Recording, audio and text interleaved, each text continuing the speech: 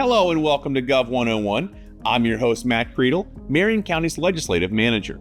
We understand that sometimes government can seem confusing, and you may have questions about the services offered, or taxes, or who to call for a specific issue at the local, state, and federal levels. So, Marion County has created Gov 101, your guide to all things government here in Marion County.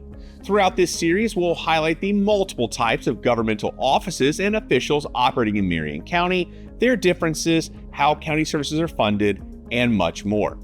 In previous episodes, we've discussed the county's 5 incorporated municipalities and a few of the roles and responsibilities local governments have to their residents.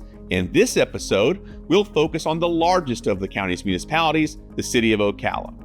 We'll learn some fast facts about our county seat, highlight a few differences between city and county governments, and hear from one of Ocala's elected officials. Ready to get started? For starters, what's in a name? Well, Ocala's name comes from the extinct Temecuen tribe who called their village Ocali, commonly thought to mean big hammock. Even today, many of Ocala's streets have historical Native American names, while others have Spanish names from old land grants. As we learned in a previous episode, Marion County was formed in 1844. 2 years later, Ocala became the county seat, and by 1847, Ocala had a courthouse on the square, a weekly newspaper, and a post office. By 1858, Ocala was one of Florida's leading social and business centers. A fire on Thanksgiving Day in 1883 destroyed large sections of downtown. When residents rebuilt, they chose brick and other fire-resistant materials over lumber, which gave Ocala the nickname Brick City, a name you still hear today. As mentioned in our inaugural episode, both the city of Ocala and Marion County utilize a form of commission-style government with commissioners or council members representing a portion of the population.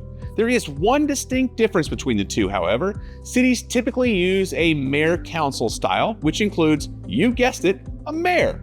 I'm sure we all recall the 3 branches of government from civics class. If the city council or county commission is considered the legislative branch, which is charged with drafting and voting on ordinances and resolutions, then the mayor can be looked at as the executive branch, with the responsibility of enacting the legislation passed by the council. In our case, those responsibilities fall to Ocala Mayor Ben Marciano. In addition to his other mayoral duties, the Ocala Police Department falls under his watch. But don't just take my word for it. I'm Ben Marciano, the mayor of the city of Ocala. The city limits are about 48 square miles. We have about 69,000 residents. And one of the things that we hear is a lot of times county residents think they live within the city limits. One of the ways that you can find out is if you live in the city is go to the City of Ocala website and you can type in your address, and then you can find out if you live within the city limits. Every mayor role is going to be different. I currently serve as the mayor of Ocala, and it's a 2-year term, so every 2 years I come up for re-election. My number one responsibility is to oversee our police department. They do an amazing job, and we have a great police chief, and I really love working with them. One of the other roles of my job is that I can veto any ordinances that are passed through our city council. So we have 5 city council members. If they pass an ordinance with a vote of 3-2 and I veto it, they have 30 days to come back, and they have to have a 4-1 vote for it to pass. The other unique opportunity, because I do not have a vote on city council, is I can meet with each city council member and talk about city issues and agenda items, as opposed to each of them cannot meet with each other. They have to be in a public setting. You know, one of my favorite things about being the mayor is you have a lot of influence to do good. And as issues arise in the community, you can use that influence to make change in a positive way. And a lot of my initiatives are focused around improving the physical and mental health of our community, which are 2 things that we really struggle with. But that is one of the great things about this position. You can use that influence to do a lot of good in our community.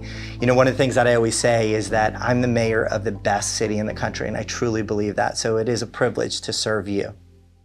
Well, that's all the time we have for this episode. If you'd like a deeper dive into the topics discussed, be sure to check out our Gov 101 interview series, where the latest episode includes a conversation with Ocala Mayor Ben Marciano and more.